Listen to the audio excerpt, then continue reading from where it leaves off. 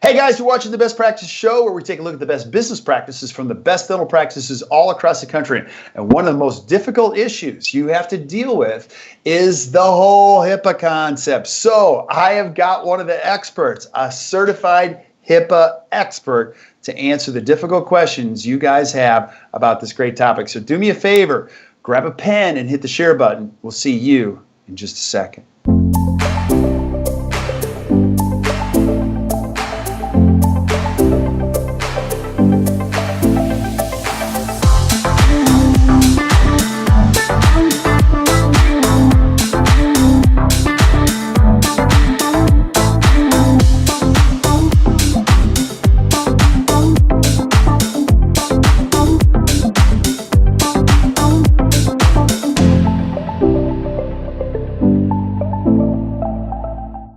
Hey guys, welcome back to the Best Practice Show. So grateful that you're on. Crazy grateful. Keep sending us the things that you guys want to see. We are super pumped and grows every single day. And today is no exception. We're going to be talking about one of those hot topics that everybody has challenges with. And I don't even know how to deal with this. So I've got my good friend Elizabeth on today from from Rhinogram. She's going to help us through the whole HIPAA navigation process. Now, if people don't know who you are, just give us a little background on, who is a certified HIPAA expert? Like, what does that mean? What do you do and how do you do it? Okay, so we saw a need in our company that we needed a certified HIPAA professional. And essentially what I did is I studied a lot because HIPAA is deep and it is wide. And I had to take several classes, take a test, But once I got my certification, we decided that so many of our customers needed education on HIPAA. So what I do is I speak at conferences. I talk about the basics of HIPAA. And I also do trainings for our customers.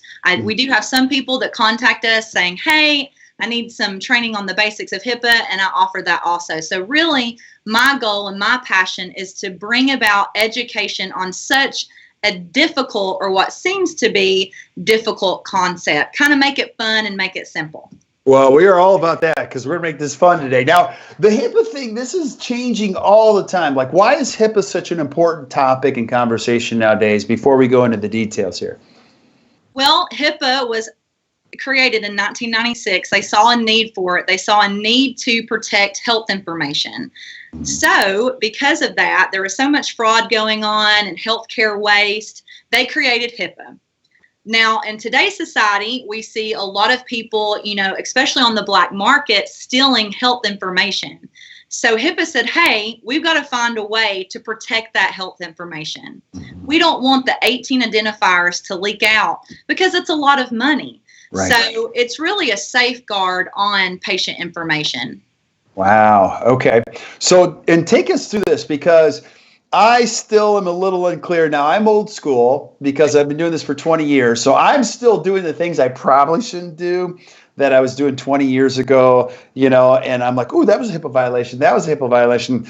And people are saying, oh, that's HIPAA. So what is the best way, or what are some of the best ways to communicate with patients, and what are some of the do's and don'ts? Okay, so I can give you an example just from today. Okay. One of our customer care representatives here, a customer reached out to them, and they were asking her HIPAA questions. And she's like, hold on, let me get Elizabeth on the line. Come to find out, the team members were using their personal cell phones to text patients. They are also Facebook messaging from their personal Facebook page patients. That is a big no-no. As we know, communication is changing and evolving, and most practices want to progress because they want to keep their customers happy. Right. What they don't realize is that when you text from your personal cell phone, that's a violation, especially if it's about health information.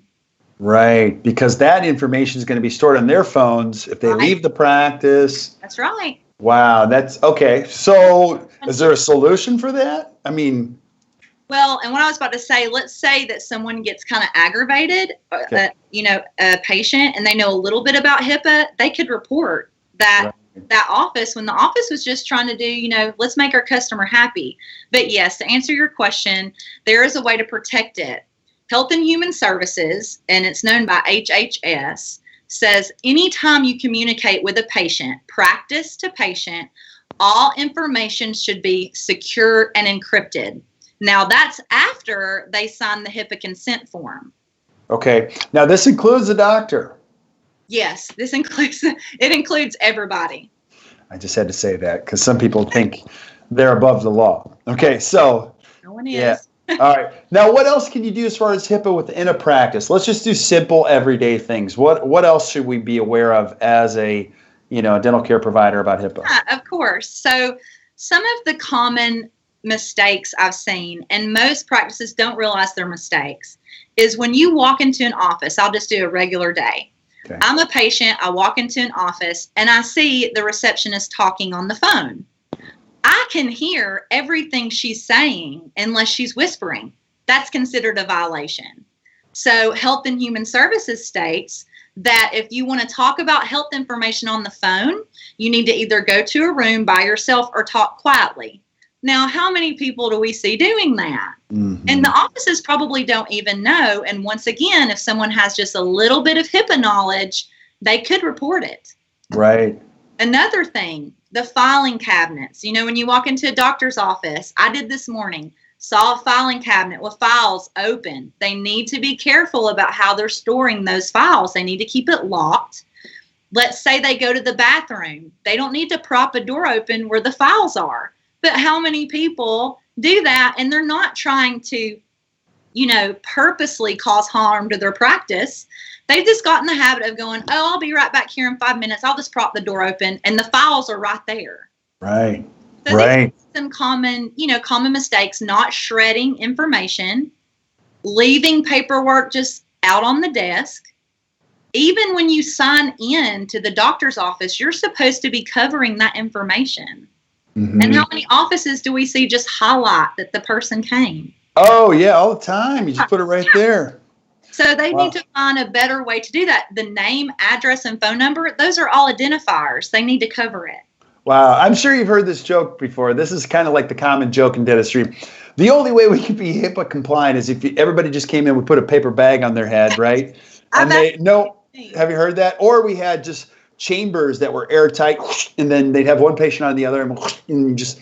But is that true nowadays, or is that not true? Because even in a dental office that's relationship based, there's going to be a little bit. You're going to say, "Bye, Judy. Call me if you have any problems," and other patients can sometimes hear that. And there are patients that see each other, and they're like, "Oh my gosh, I didn't know you went here." Is that a HIPAA violation or not? So, Health and Human Services also says, and I like to continually say that because it's fact-based. Right. Appointment reminders are not a violation. Now, I know that sounds weird because it has identifiers in it, but they have okayed for offices to say, "Mary, see you tomorrow at 2. Okay. That's not considered a violation. Now, if patients are talking to patients, well, they can disclose whatever they want. And patients can look at the practice and say and give whatever they want. Once again, it's how the practice communicates back. Right. Right. So, okay. All right. There's so many things. Like I have to ask you.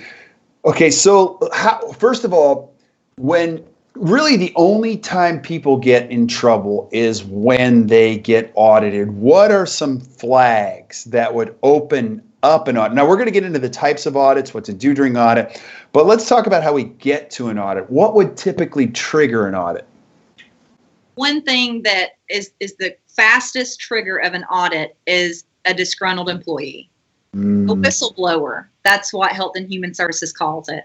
So if someone, has to resign or is terminated and they're angry, they're going to blow the whistle on you. Maybe. I'm not saying that's for sure, but that's one of the top 2 reasons an audit occurs. A whistleblower, which is a disgruntled employee, and they know all your violations. So they contact the Office of Civil Rights and they say, "Hey, this practice is doing this, this, and this." And then the audit happens. Another reason an audit happens, there's several, but the top 2 is theft. If your laptop is stolen, if your office is broken into and things are stolen, you have to report that. Right. So when you have to report that, that's going to cause an audit. Right. Wow. So what you're saying is 3 things. Number 1, be nice to your team. Okay. Number 2, just do it the right way to begin with, so nobody has anything to say. Right. And number 3, don't get your laptop stolen. Okay. But if you cover the first 2, you're okay with number 3. Okay. Well, and a lot of people don't realize this also, that, sometimes it's not necessarily someone breaking into your office. It's you leaving your laptop in your car. Even if, because I know a lot of office managers may take their laptops home and work. Right. If that's stolen from your car or even your house and that has patient data on it, you still have to report it, and that will cause an audit. What about a cloud-based information system? Would you still trigger an audit through a laptop? Let's say your laptop gets stolen, but everything's cloud-based and you have to log in, and that would be useless anyway. It's cloud-based, and nothing is in Word and PowerPoint on the desktop, then no, you don't have to report that because it's cloud-based. There's no way they can access that data. Right, but you said the word PowerPoint, which pretty much there's no dentist that's watching this that doesn't have, slides and pictures of patients. And I mean, okay, so what you just said was void anyway. So it's pretty much, you're guilty, right? Okay. So let's say you have, if you're a dentist watching this and your team member is mad, they leave, and it triggers an audit. What happens? What is an audit? Somebody calls you, you get a letter in the mail, somebody reaches out to you. What is an audit? That's an awesome question. So there's 2 types of audit. There's an on-site audit. Okay. What will happen with that is, like the word says, they'll come to your site. You will get a letter in the mail 10 to 15 days before they show up. Okay. That means you have 10 to 15 days to prepare. They're going to say, we're looking for these things. Now, they will tell you what they're looking for, but I have seen the audit sheet, and it's a lot, and there's no way anyone could get ready for that in 15 days. Wow. So would you scramble around and find a HIPAA professional like yourself to proactively? You could find a HIPAA compliant, consulting company. I would say you would need to definitely contact your HIPAA attorney. I strongly suggest to have a HIPAA attorney. Mm-hmm. But when they're on your site, they'll stay there for as long as they need to, or as big as your practice is. Okay. Once they gather that information that they need, they will be in contact with you in the next 10 days, and they will report to you their findings. Now, okay. At times, that means fines. However, in that report they send you, they'll talk to you about corrective action. Okay. If you do certain corrective actions, the fines may decrease, I said may, or may dissolve, I said may. So I don't want to get anybody's hopes up. Mm-hmm. Now, that's an on-site audit. The second audit, which was just released in 2016, is a desk audit. This kind of makes me a little more nervous because they send you an email. Now, how many emails go to spam that we don't check? Half. Right. Right. But they say it's on you to consistently now be checking your email and your spam folder. Wow. So they send you an email. They say you have 10 to 15 days to upload all this documentation, and then they get back to you once they go through the documentation. Interesting. That's a lot quicker.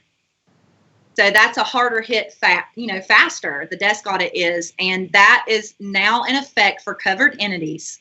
Right. Wow, that is very interesting. Yeah. So let's say I get the triggers, I get this email. How in the world do I prepare?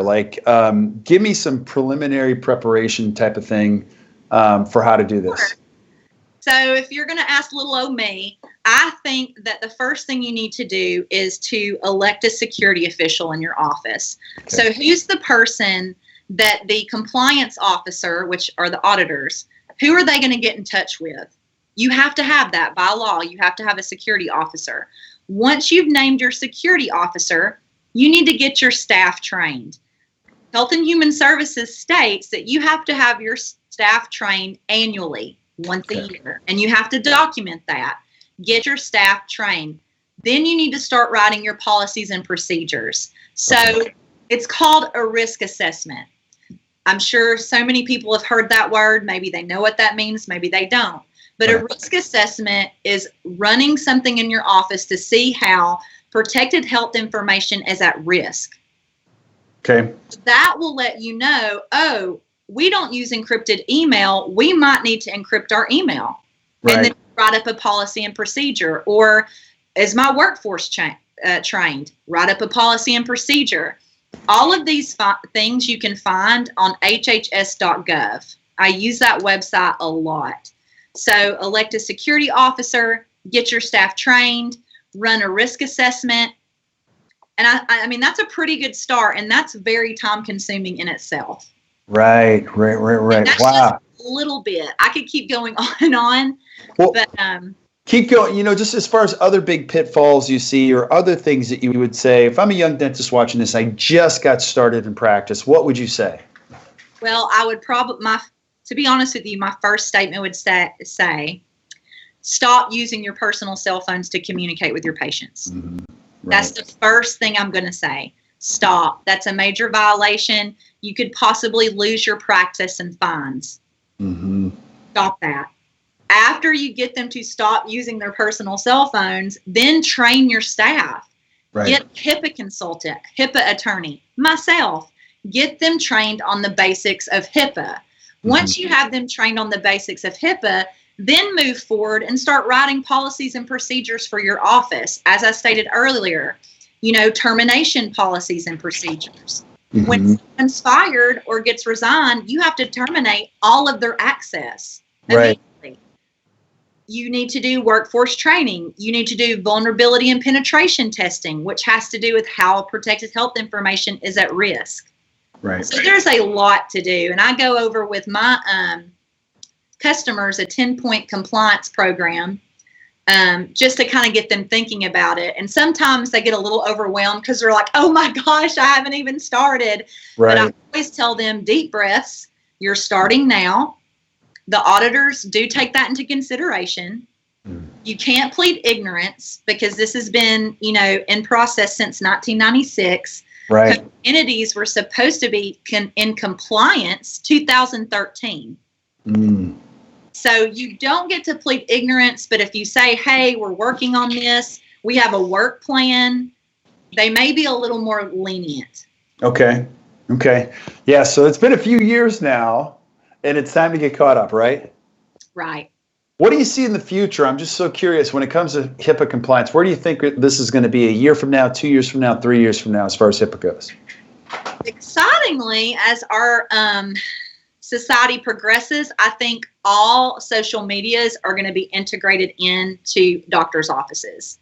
We are a society that likes texting, Instagram, Snapchat, video conferencing, and I think the medical world is going to open up their arms to that. And HIPAA is going to have to continue to evolve in their policies and procedures. And they have with text messaging and email. Like they have clear-cut policies and procedures that have came out about those different types of communication. So I think we're just going to keep evolving. We need to keep educating ourselves and going to Health and Human Services website or talking to people like me because it's going to consistently evolve. Right. Now, I'm going to just basically promote your product myself here, but, there's, what's going to happen here because of what you're sharing with me is we're not going to be able to use our own devices to communicate directly with patients, but there's going to be an interface or an integration which will encrypt the information, correct? And in the event that I leave, all of that is gone correctly. Now, there are services that do this. You guys do this. Others do. But tell us what that means. Like, what is that? Is it an app? Is it how does it work? Are you asking what Rhinogram does? Yes. Well, that and, really just the importance of having something like this, the integration, because what it'll do is it'll pull up all the information on your patients right here, right? And you'll use the app to communicate with patients. And I'll just stop right there and you kind of guide us from there on. So I'll come at this at two different ways to make sure I'm understanding what you're asking me. So if you're looking at texting in general, Health and Human Services said with texting and email that if you are going to use that form of communication, number one, you've got to list that in your HIPAA consent form. You cannot assume that they know that you're texting now. You have to let them opt out.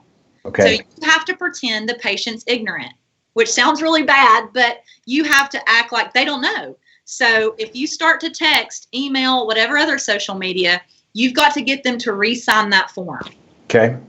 Where they can say, hey, no, I don't want to text, or sure, I want to text. And most people are going to be like, oh, yeah, cool, that's neat. So you have to inform your patient. Once the patient has signed the HIPAA consent form, you can start texting them. Okay. Now, they strongly, strongly suggest that it's encrypted. And if they know that you have means to encrypt it and you're not using those means, fines can come from that. Like, for example, with email. There is, companies out there that encrypt emails. They're expensive, but there are. So if you're not going to use encryption, every time you email a patient, check this out, this is crazy.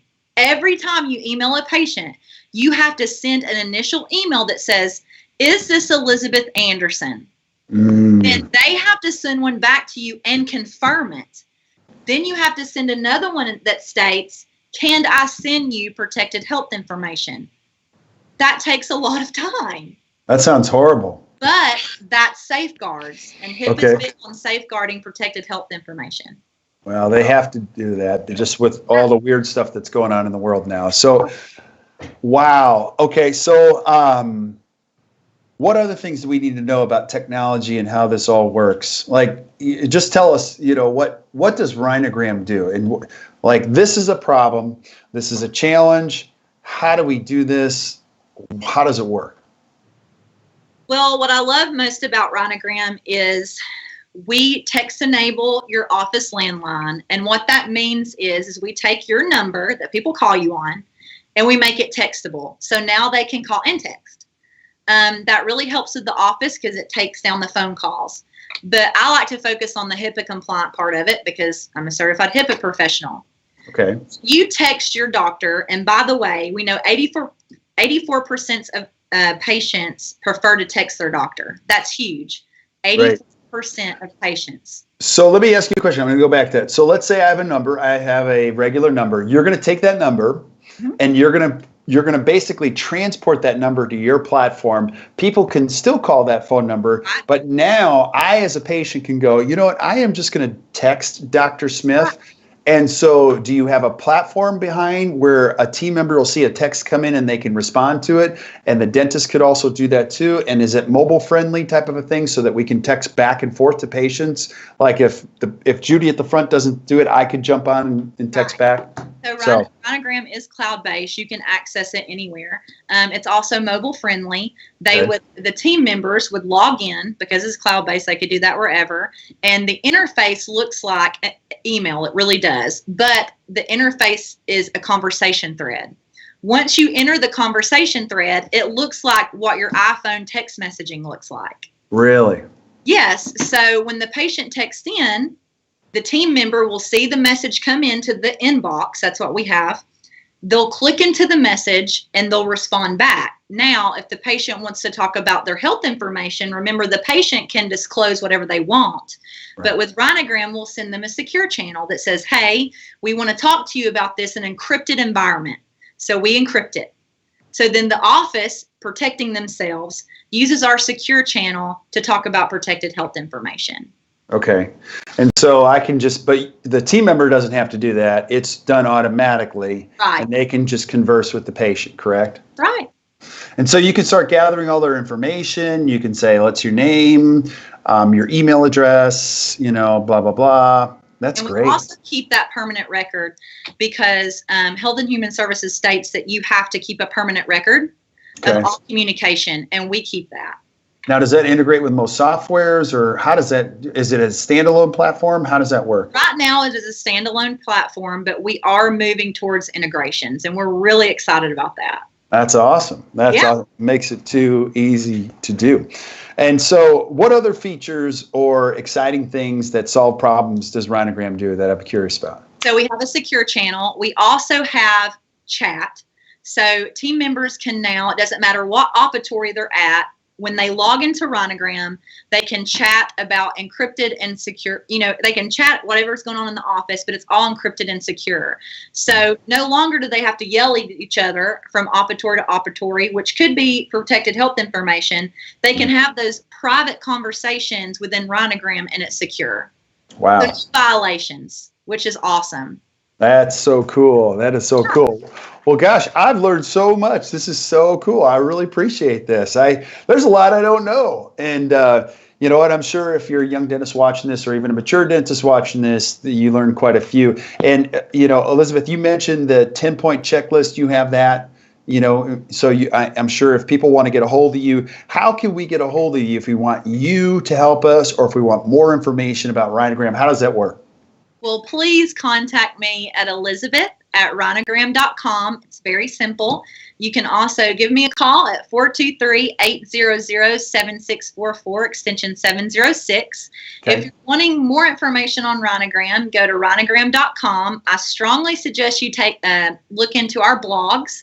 We have so many great HIPAA-based blogs, but that's the easiest way to get in touch with us. Cool. Well, I really appreciate this. I've learned a ton, and I know you guys are going to be with us here at some of our events, and we couldn't be more grateful to have such a great, cool, informative, and fun company to be alongside. So thank you so much for being a part. So I appreciate it. So stick around while we say goodbye to everybody else. But hey, guys, we're so grateful you're watching. If you found this valuable, do me a favor and just hit the share button because I know I found it valuable, and share this with your friends. And keep sending us suggestions of great shows that you want to see. We'll make sure that we keep it happen. And I'd love to even have Elizabeth back, maybe on some other elements of how HIPAA works, because this is a never-ending thing that we're just going to have to educate ourselves more and more about. So thank you guys for watching. So until we see you next time, keep watching the Best Practices Show. You guys have a great rest of your day.